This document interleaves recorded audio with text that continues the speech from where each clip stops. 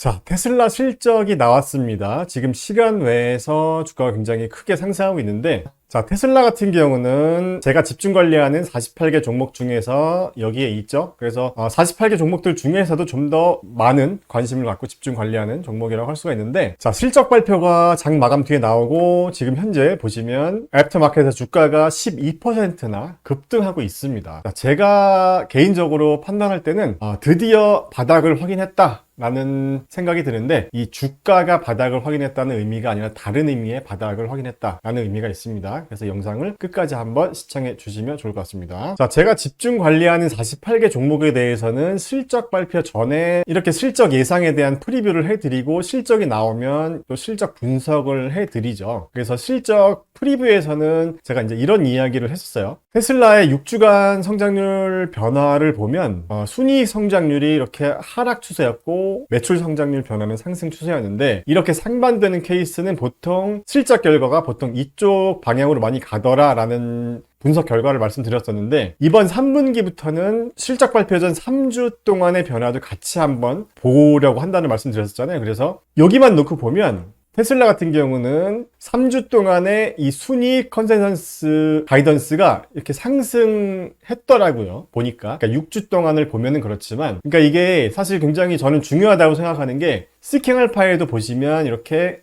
리비전 그레이드라고 퀀트 규칙이라는 게 있어요. 그래서 얘네 같은 경우는 90일 동안 이 리비전, 이 애널리스트의 가이던스가 상승했는지 하락했는지를 보면서 내부적으로 이렇게 C등급, 이렇게 점수를 매기는 등급이 있고, 저는 90일은 좀 너무 긴 것 같아서 6주간 가이던스 변화를 계속 추적해오고 있었는데, 제가 올해 1분기, 2분기, 3분기 동안 이 데이터 패턴을 분석하면서 이번 3분기부터는 실적 발표 전 이 3주, 4주 동안의 변화도 같이 한번 보려고 합니다. 그래서 매 분기 실적 분석을 하면서 좀 더 뭔가 의미 있는 데이터 규칙을 좀 찾아보려고 노력하고 있는데, 제가 테슬라 실적에 대해서 어떤 부분을 좀 좋게 보는지 제가 올려드린 이 실적 분석 컬럼을 보면서 말씀드리겠습니다. 자, 이야기 순서는 이 순서대로 말씀드립니다. 6주간 성장률 분석기, 추적기를 통해서 데이터 분석을 먼저 해보고, 기업 실적 리뷰를 해보고, 그 다음에 마지막으로 개인적인 의견을 말씀드리도록 하겠습니다. 자, 방금 말씀드린 것처럼 제가 MG 파이오니어 클럽 스터디 모임에서 하고 있는 것 중에 하나가 이 성장률 변화, 가이던스, 애널리스트 가이던스가 어떻게 변화하냐에 따라서 실적 결과와 어떤 연관성이 있는지를 좀 분석을 해오고 있었잖아요. 그런데 2024년 1분기, 2분기에는 자, 이 케이스는 어느 정도 의미 있는 데이터를 얻었어요. 매출과 순이익 성장률 변화가 일치하는 경우, 그러니까 상승 또는 하락으로 일치하는 경우, 그리고 매출과 순이익 성장률 변화가 지금 테슬라 같이 상반되는 경우는 또 어떤 연관성이 있는지를 데이터 패턴을 분석해 봤을 때는 이 순이익 성장률 변화에 많이 따라가더라라는 겁니다. 매출보다는. 순이익이 한 60%니까. 그래서 테슬라도 그런 관점으로 봤을 때는 이쪽에 더 영향을 미쳤다라고 볼 수가 있을 것 같아요. 참고로 제가 관리하는 48개 종목에 대해서 이런 식으로 순이익과 매출 성장률이 모두 하락하는 케이스, 순이익과 매출 성장률이 모두 상승하는 케이스, 그 다음에 순이익과 매출 성장률이 상반된 케이스 중에서는 순이익 성장률이 하락하는 케이스, 그 다음에 순이익 성장률이 상승하는 케이스, 그 다음에 변화가 없는 케이스, 이렇게 분류를 해서 정리를 하고 있죠. 자, 그러면 우리가 좀 주목해 봐야 될 건 이쪽 케이스와 이쪽 케이스인데, 이번 분기부터는 실적 발표 3주 전부터 한번 체크를 해보자는 말씀을 드렸고, 3주 동안의 패턴과 일치하는 거는 제가 이렇게 또 표시를 해드릴게요. 그래서 그런 관점에서 봐주셨으면 좋겠습니다. 자, 그래서 테슬라 같은 경우는 실적 발표 3주 앞두고 애널리스트 컨센서스가 상승의 방향으로 바뀌었다는 점이 좀 우리가 체크 포인트인 것 같습니다. 다른 종목들도 같이 분석해서 제가 올려드릴게요. 자, 그래서 이번 3분기도 실적 발표가 다 끝나면 여기에 종목들 티커에 다 불이 들어오겠죠. 초록불이 들어오는지 이렇게 빨간불이 들어오는지 쭉 다 색깔이 칠해질 거예요. 그러면 3분기 데이터도 한번 또 우리가 정리를 해보면서 우리가 또 얻는 게 있을 거라고 저는 생각합니다. 자, 그러면 본격적으로 테슬라 실적을 한번 분석해 볼게요. 자, 저는 어떻게 보고 있냐면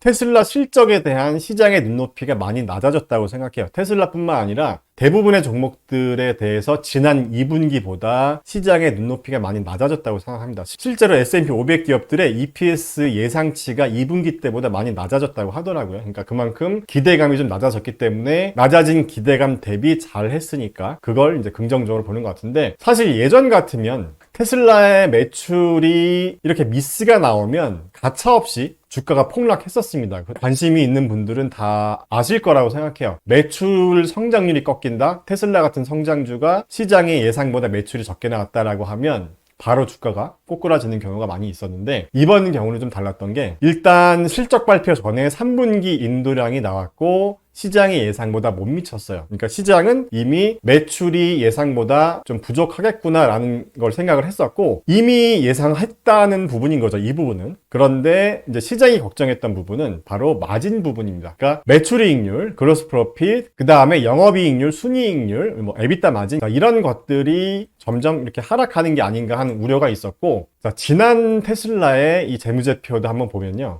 얘를 퍼센트로 한번 바꿔보겠습니다. 자, 제가 분기별로 했고, 이렇게 분기별 그로스 프로핏을 쭉 보면요, 이쪽이 가장 최근입니다. 2022년 3월 달에 매출이익률이 거의 30%까지 찍고 꾸준히 하락했단 말이죠. 그래서 2024년 1분기 때는 7.35%까지 상승을 했어요. 그러니까 시장이 계속 우려를 했던 거고, 2024년 2분기 실적 때 반등하긴 했지만 시장에 확신을 주지는 못했습니다. 이 하락 추세가 일시적인 반등인 건지 아니면 상승하는, 그러니까 바닥을 찍고 상승한 건지에 대한 확신이 없었던 것 같습니다. 자, 그런데 이번 실적 결과가 어땠냐? 매출 총이익률이 19.8%가 나왔어요. 시장의 예상이 16.7%였습니다. 여기 보시면 이렇게 나와 있죠. 자, 그래서 다시 재무제표를 보면 매출이익률이 지난 분기 17.95에서 오히려 시장은 좀 보수적으로 본 거예요. 더 부정적으로 본 건데, 훨씬 시장의 예상을 상회하면서 19.8%면 이제는 바닥을 찍었다라고 봐도 될 것 같다는 그런 안심을 한 것 같습니다. 자, 18%대면은 다시 이제 이때 분위기로 올라갈 수도 있지 않을까 하는 그런 기대감을 갖게 만드는 거죠. 그러니까 시장은 기대감에 따라서 주가가 상승하고 하락하기도 하기 때문에. 자, 그 다음에 영업이익률도요, 10.8%가 나왔다고 합니다. 영업이익률도 지난 분기 때 반전하긴 했지만 약간 갸우뚱했었는데, 이번 3분기 실적을 보고 10.8%면 거의 이제 회복 국면으로 올라가는 거 아닌가. 그러니까 물론 이 수익성 지표들이 단순히 상승했다고 좋아할 건 아니고 왜 상승했는지를 우리가 또 알아봐야 될 텐데, 자, 테슬라 측에서는 전기차 제조 원가, 그러니까 부품 등의 원가가 좀 낮아졌다라고 얘기를 하는데,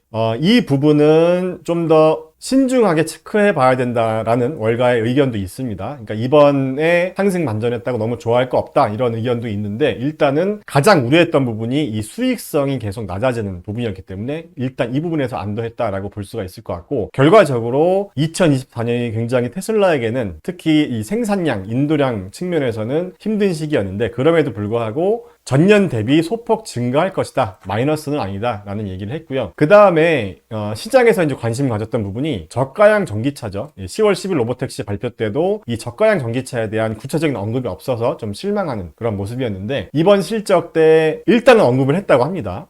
2025년 상반기에 좀 더 저렴한 모델, 시장에서는 모델 2로 이제 생각을 하고 있죠. 그래서 얘를 출시할 예정이다 라고 좀 더 테슬라 로보택시 발표 때보다는 좀 더 구체적인 어떤 이야기를 했다라고 볼 수가 있고, 자, 그리고요, 이 사이버 트럭도 그러니까 수익성을 이제 내는 형태로 개선이 됐다고 하더라고요. 그러니까 지금까지는 사이버 트럭만 놓고 보면 한마디로 좀 마진이 계속 좀 애매한 그런 상황이었다라고 하면, 이제부터는 사이버 트럭만 놓고 봐도 이제 수익이 나오는 그런 구조로 되고 있고, 2026년부터 대대적으로 확대될 예정이다, 이렇게 얘기를 했고, 그리고 또 좀 긍정적인 부분이 2025년 2분기까지 이 자율주행 기술이 인간 수준의 안전성을 넘어설 것이다, 이런 얘기를 또 했다고 합니다. 그러니까 그동안은 이 자율주행 기술에 대해서 뭔가 구체적인 이 타임 스케줄에 대한 언급이 없었는데, 이번 실적에서 어느 정도 시장이 좀 궁금해하는 것들을 좀 해소시켜준 것 같고, 그리고 제가 어닝콜까지 완전히 다 듣고 영상을 촬영한 게 아니어서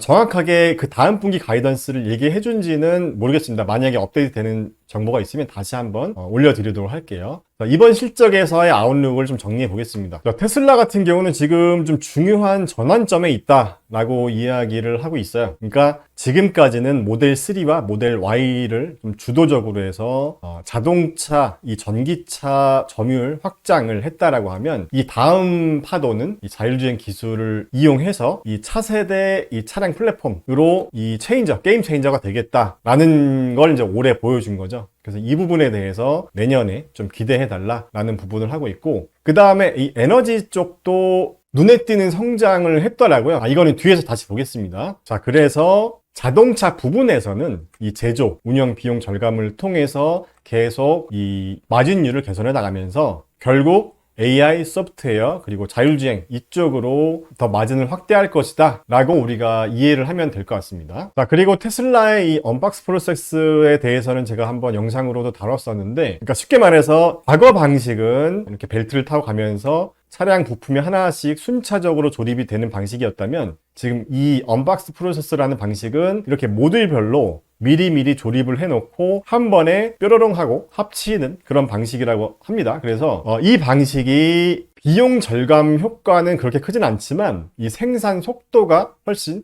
빠르다는 얘기입니다. 그래서 이 방식으로 내년에 좀 더 효율적으로 이 생산량을 늘리겠다, 이제 이 이야기도 했다고요, 이 실적에서. 자, 그리고 방금 전에 말씀드렸던 좀 우리가 긍정적으로 봐야 될 부분 중에 하나가 이 에너지 관련 매출이 전년 대비 52%나 상승했더라고요. 네, 서비스 매출도 29%. 그러니까 자동차 매출은 성장이 좀 주춤하지만 이 에너지 관련 매출이 전년 대비 52%나 성장했다는 부분. 아직까지 매출 볼륨이 크진 않지만 그래도 이렇게 놀라운 성장률을 보여줬다는 건 우리가 또 한번 주목해 봐야 될 부분이라고 생각합니다. 자, 그래서 좀 결론을 내보면 이번 실적에서는 크게 두 가지 키워드였던 것 같아요. 테슬라의 마진, 바닥을 찍고 올라갈 수 있는가에 대한 부분, 그 다음에 모델2 할 거냐 말 거냐, 이 부분이었는데 어느 정도 시장의 궁금증을 해소해줬다라고 보는 것 같습니다. 여기도 제가 적어놨지만 계속 지금까지는 마진이 점점 줄고 있는데 도대체 어디까지 줄어드는 거야? 라는 어떤 우려감이 이번 실적을 통해서 어느 정도는 해소됐다, 이렇게 보면 될 것 같습니다. 그리고 어닝콜에서 사이버캡을 연간 200만 대 생산하는 걸 목표로 하고 있다고 해요. 그리고 로보택시 같은 경우는 정부 승인, 규제가 있기 때문에 이 승인이 필요한데, 자, 이거 관련해서 제가 좀 긍정적으로 보는 것 중에 하나는 여기 보시면